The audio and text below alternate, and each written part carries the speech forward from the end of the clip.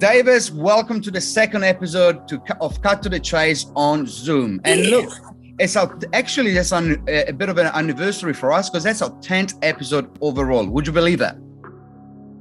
It's never work when you're having fun, Diego. So 10, yes. That's beautiful right. Stuff. Let's see if we can get to 100 before we get to 1,000, okay? Well, hey, I'll probably be 6 foot under the ground by then, but that's okay. Let's keep charging. Let's keep charging. Let's cut to the chase here. Today we're talking digital checks. Let me explain. What is a digital check? Now, obviously, if you Google your name and you do that every now and then, which you should, right, to see what's online, if there is any nasty surprises or anything that shouldn't be there. Now, Google recognizes that you have Googled your name. So it's important that every now and then, I do this maybe every 2 to 3 months, you go on Google Chrome or whatever browser you use, and you do an incognito search. What that does, it's a fresh search for your name. And that's as though you're a new set of eyes, right? That's like a new person somewhere in Timbuktu going real estate agent in Auckland or that kind of scenario, right? Fresh.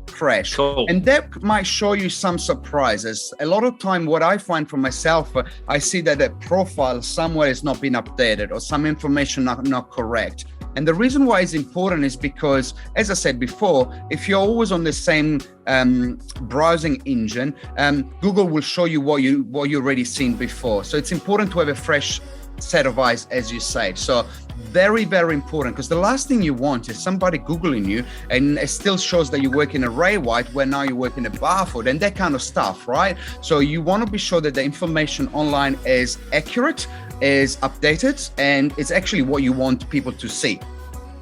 Well, that's where most of the eyes are. We know it. It's really interesting for me. I spent a couple of years saying to people, if you want this information, you've got to give me a Google review. And I'm always flabbergasted how many agents aren't registered as a Google business, right? What I've found in the last 6 months with 157 ratings, a lot of them are 5, but also there's some 1s in there, and that's okay. You got to take the good with the bad. About twice a week, I get people randomly ring me from corporates going, can you do a corporate auction and how much do you charge? And I go, well, how did you find out about me? Well, we went on to Google. We found that you're the auctioneer. You've got a whole lot of reviews. So, how can you miss kind of scenario? So it's tangibly, I'm seeing money coming from having strong Google reviews and having a Google business set up, ready to go.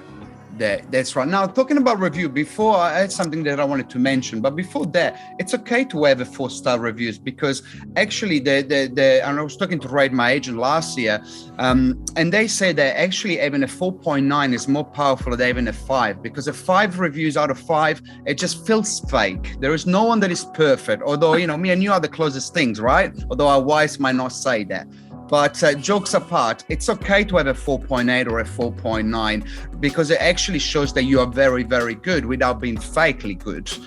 Because people are always wary of a 5-star review, right? Or too many 5-star reviews. Now, it's funny that you're talking about 5-star reviews because I've recently, and you know that I'm an advocate of Rate My Agents. I don't get money out of them, but, obviously being the #1 agent 2 years in a row, and I'm not, I'm very proud of it, right? Reviews are so important.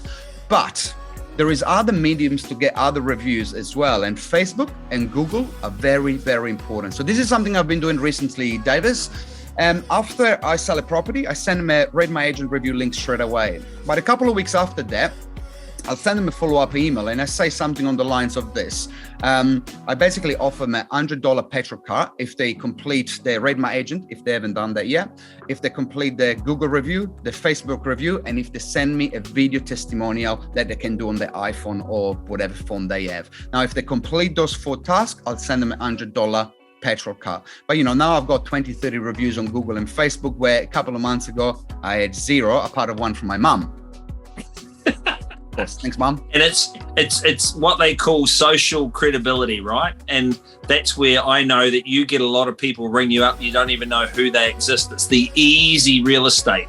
And that's what you want to get, right? For all those that are listening, to cut to the chase, you want the easy listing, the people that ring you up from outside of the region or outside of Auckland saying, list my property. Then you're owning that digital space. You're where the eyes are, which is on Google.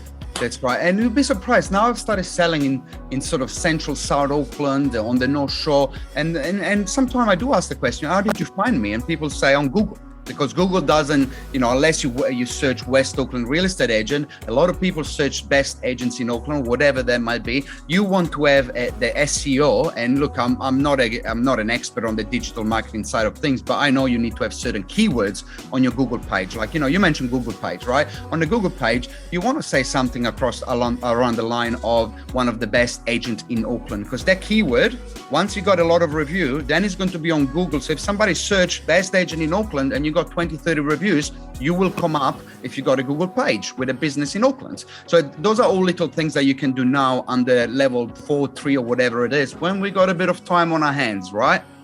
Have a high profile on Google, own it, live it. Hey, thank you for watching once again. And look, while we're talking about this, can you please give it a share or a like, or leave a positive comment or negative if you really, really don't like my ugly face and beautiful baldy on the other side of the screen. Thank you for watching. Travel well. Bye. Cheers.